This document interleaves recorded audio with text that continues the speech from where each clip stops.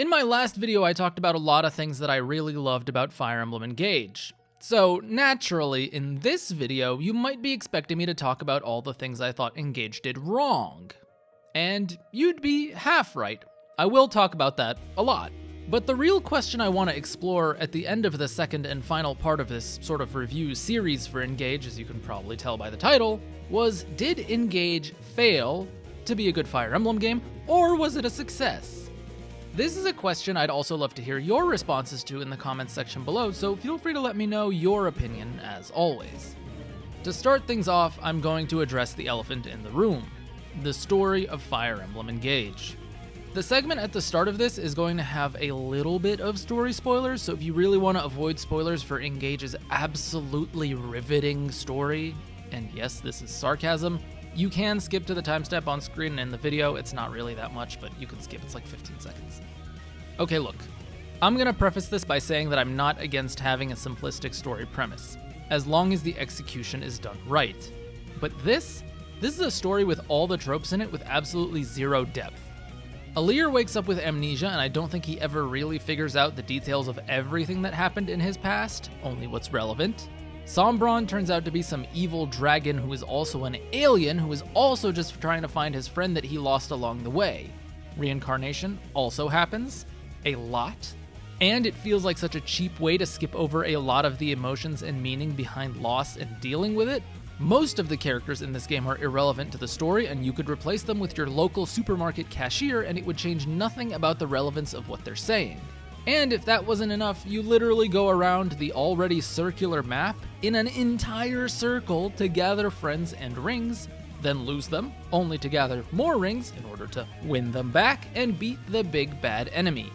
The story loop is basically the same for the entire 26 chapters, where you're chasing after the evil people who are trying to take the rings and make the evil dragon destroy the world, and at each point you get there, you beat them up, you maybe win back a ring or two, they run away, and you rinse and repeat. There is absolutely no growth, and the world building is non-existent. The entire story is just a glorified cat and mouse game, and I have to say, even Tom and Jerry had better character and plot development than Engage did. Also, if it feels like I'm being very harsh on the story, I'm an FE4 fan. We love our stories with deep lore and characters, so you'll have to forgive me for being sorely disappointed in this one. With all the good things that were brought to the table with Engage, even a half-serviceable story would have been okay here, but we just ended up with one massive shitshow. And speaking of shitshow, let's talk about the characters. I'll split this in two parts and talk about the playable and allied cast first. These characters are just downright terrible, and in more than one way. It's almost like this game is allergic to prosperity. If you were to look up the definition of the term one-dimensional in the dictionary, then you'd pretty much find a picture of almost every Engage character under it. All of these characters have one very specific quirk, and that is basically everything you need to know about their character. Am I selling them short? Absolutely. Do I think some of their supports can be funny and charming? Like the previous question, the answer is also absolutely. But when that's all that there is for every single character, I have to admit that after a while, even I just got really tired of hearing almost the same dialogue reiterated with a different spin on it in order to talk to a different character and say the same quirk in a different way. It's exhausting. And the fact that these characters have zero story relevance whatsoever, even on the maps they join on, is rather infuriating. For example, I adore Marin. I love her, and I genuinely do think she's cool, but can I have a bit more depth to her aside from the fact that she likes cool things? Can I have a backstory? Can I have some substance? Can I have some previous history with the other characters around the world that involves some nice lore? Three Houses did a fantastic job with depth and character growth in their support conversations, and to see this was just a bit of a slap in the face. In Fire Emblem, we've always had comic relief characters and ones who are quirky, but this one just went way too far with it to the point where I was pulling my hair and wanting to skip all of the dialogue. Now to get to the second part of the characters, and that's exploring the villains, we have like 5 or 6 quote-unquote villains in this game. I thought the game was going to be onto something, with that boss from Chapter 5, for example, having a proper portrait and a post-map scene, but I was sorely disappointed. It never happens again. Almost every map of importance in the second half of the game has some variation of the 4 hounds on it as a named boss, or it's just some generic random unit with beefed up stats and weapons. That's it. To add insult to injury, They all run away when you defeat them in order to let them fight another day, which is also very, very annoying. Even from a gameplay and difficulty perspective, once I've beaten a boss once, odds are that when I see them again, I'll be using a similar strategy because not much about their kit has changed and I already figured out the strat. Now, I won't critique Engage's gameplay here because it is the best part of the game, but I think we could have done with a bit more boss variety. What does drive me even more up the wall, though, is the characterization of these villains. At the end of the story, they really try to give them some motivations and reasons behind them being who they are and doing what they've done, and honestly, I appreciated the attempt. Genuinely, I really did. But in true anime fashion, we got the entire backstory and flashback right before or even during the death scene that I was like, cool. I never really cared about this annoying character that kept running away anyways, and I really don't care now. In order to make me personally attached to a villain, and listen, I assure you, I love villains, so that's not exactly a hard thing, but you need to slowly develop these characters over time, slowly feeding us backstory and reasons why things are happening, as well as meaningful dialogue other than the "I am evil" lines they keep screeching at you. And they keep screeching them at you all the way until it's time for them to finally leave us for good, which is insane. I was very displeased with all of this, and I'm wagging my finger at the screen here while I'm recording this, because honestly, the best way to play Engage just ended up to be skip the story, dialogue, and supports, and focus solely on the gameplay. You'll have a much more fun time, at least in my opinion, and it hurts to say that. Another thing I want to talk about is the cringe factor in Fire Emblem Engage. Listen, I, as someone who has made a lot of very cringe videos in the past and posted them on YouTube, am a very shameless person who does not cringe very easily. But there is a lot of cringe in this game, and I'm sure you can tell on your own, so I won't go too deeply into this. But one extremely obvious example is the early scene of Clan and Fram when Ilir wakes up and how much they worship this dragon. One thing I keep telling myself to try and explain this, because there's no other plausible way to say this has to be done on purpose. Intelligent Systems has to be watching the Fire Emblem community over the last decade or so, and carefully observing all the memes and things that annoy us in order to create the most self-aware Fire Emblem game with the most annoying features that the players have complained about in the past, at least from a story and character perspective. That's all I'm gonna say about this. There's just so much cringe, especially in the first half of the game, but I guess it does simmer down a little bit after that, which is nice. Now it's time to complain about gameplay. I really only have one major gameplay gripe, and that's ally recruitment. Fire Emblem, in recent history, seems to have lost the art of ally recruitment and gaining army members. Back in my day, when I was a wee young lad, we had quite the handful of unique ally recruitment scenarios, from fulfilling map objectives to get green units to join us, from talking to enemy units to get them to change sides, and even small map splits where you could recruit one unit or the other but not both, which gives us a little bit more replayability value in the game. Here we seem to have done away with most of that, even though it is in the game a bit with units like Saphir and Linden, but they're just so late game, it's like, why even bother at this point? For most of the game, Engage just constantly plops down 2 to 3 units at you per chapter and force deploys them, taking away from your actual deployment slots too, by the way. And this is not only really annoying, as you're handicapping me from continuing to invest in the core army that I want to use, but you're also showering me with so many units so quickly that I can't possibly explore all of their unique roles and gameplay elements in order to make an informed decision on whether or not I even want to use them in the first place. Also, if that wasn't enough, most of the new recruits you get overpower the units you already have, which invalidates the older units, and I think that's a bit of a bad practice. It's nice for things like Iron Man runs, where you don't need to worry about losing units and you can just keep going with the ones you get, but I think they might have needed to give the early game units a bit higher growths and maybe tune their bases a little bit just to let them keep pace with these cheating pre-promotes that are flung on us constantly in the mid-game. Following up on ally recruitment is of course a natural course of discussion, and that is music. And I'm sure you guys are wondering how this goes hand in hand, and well, let me tell you. Some of the most iconic tracks in the series are the recruitment themes. For some reason, some brilliant person at Intelligent Systems thought that we should just do away with recruitment themes, and Engage doesn't have these. And I think we were missing a proper one in Three Houses as well, just because of how recruitment is done there. And I think this is a tragedy so bad that it is almost on par with the tragedy of Darth Plagueis the Wise.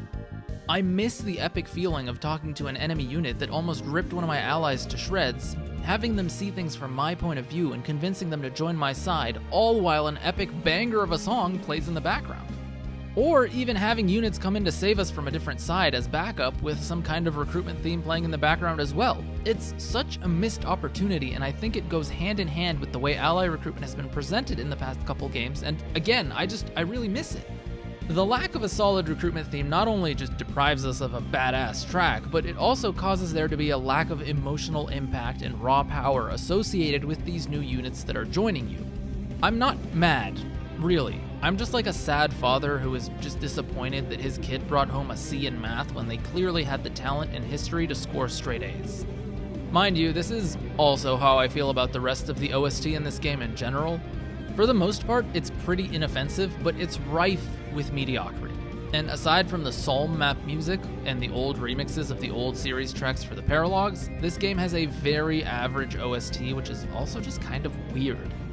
This is supposed to be a 30th anniversary game that's a celebration of the series. I expected a banger of an OST, but now even I struggle to find some good tracks to put in my videos that I end up just reusing Psalm music or resorting to other game OSTs entirely. Now, in the positives video, I had the Somniel there as a hub world that took a step in the right direction and had a couple of great things going for it, such as the Forge system and the fact that it's a lot more compact than Garrick Mach was in 3 Houses. But that's just about it, so I'm going to start ripping into the Somniel now. At its core, the Somniel is just one massive waste of time, and honestly a development time sink that could have been completely cut from the game to focus on other aspects, and I can pretty much assure you not many people would miss it. If you really want to see your characters in 3D and talk to them, then the post-battle maps that you get to explore are more than enough. If you really wanted to see your characters in the fancy outfits, they should have implemented those to be used in battle anyways. We had some of them do that in 3 Houses, and for a game that came out 3.5 years after that, you'd think they'd be able to move forward and let us do it for all outfits and customization options instead of going backwards and not letting us use any of them at all, especially since we get some of these outfits as DLC, so it's crazy. I also feel like running around the map for the 10th time to collect oranges and grapes is such a stupid concept that can be solved by a simple collect all button in a menu that just instantly gathers all the glowing resources for me at once. Having to mindlessly press A to do push-ups for the 20th time is infuriating and really annoying just to get a +2 strength boost late into the game that can be covered by a tonic. And honestly, the Star Fox Wyvern riding minigame that gives you items is a complete waste of time. I get that resources are short and selling these items for money can be a nice boost, but for the love of God, just don't waste my time when all I'm going to get is a random elixir and a steel weapon. I'm glad that all of these are skippable and I won't lose out on much from not doing them, but wow, can all of this have been completely avoided by just putting this stuff in a menu to circumvent crazy load times, especially stuff like food, arena, skill inheritance, and bond creation. Also, watching Sami eat and be pet for the millionth time is also kind of obnoxious. Just let me push a couple buttons to get my 200 bond points and let me call it a day.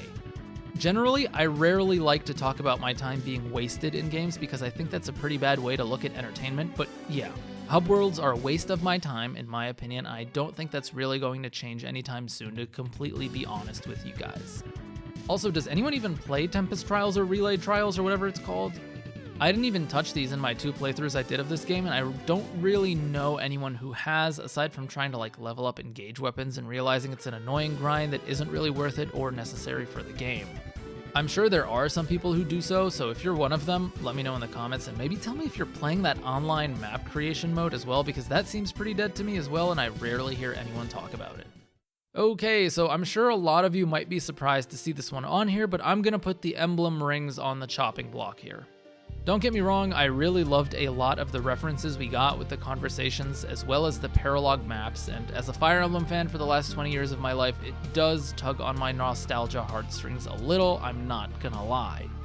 But if you're going to make them this story relevant to the point that there's some kind of almighty, semi-phenomenal, nearly cosmic power that is relevant to the story, I'd like for it to be more than just a half-assed attempt at a multiverse reference with minimal impact.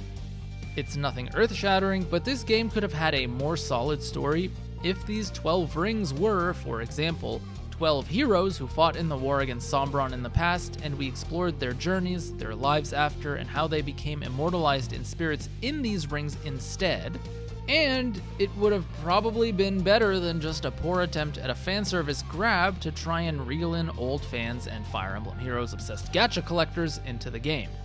I do like the fact that they showcased a bunch of old art and characters in the Bond rings and had some little skill reference nods, but you can do the same thing by making these heroes from the world of Elyos itself and be a reference to an older game hero, both skill set wise and gameplay wise, without needing to break the immersion of the game. I don't know, I guess this also goes back to the points about the story here being all over the place, that it kind of just rubs me the wrong way. Again, I get that this is an anniversary celebration game, but there's always a better way to do it without entirely compromising on game and story quality just for the sake of fan service. This is just a quick aside because I'm also already talking about fan service, so I'll make note of the character design. It seems to be pretty divisive in the community as to whether or not people love it or hate it, and honestly, it doesn't really bother me.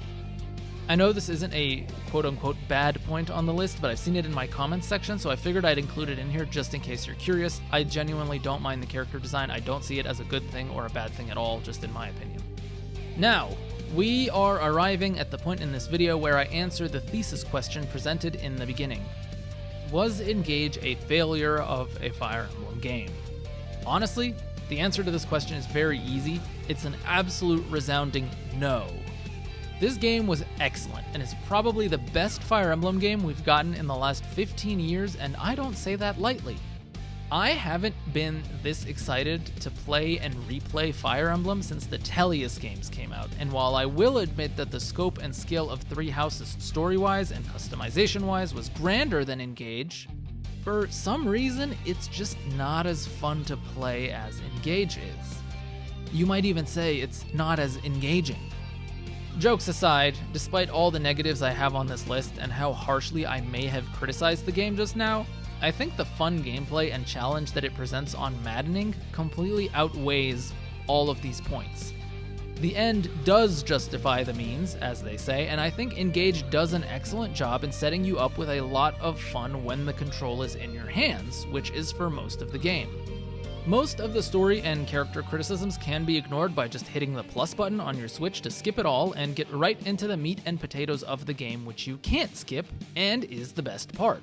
When the mandatory portions of a game are the best part is when you know you have a successful game, and I think Engage is fantastic in that regard.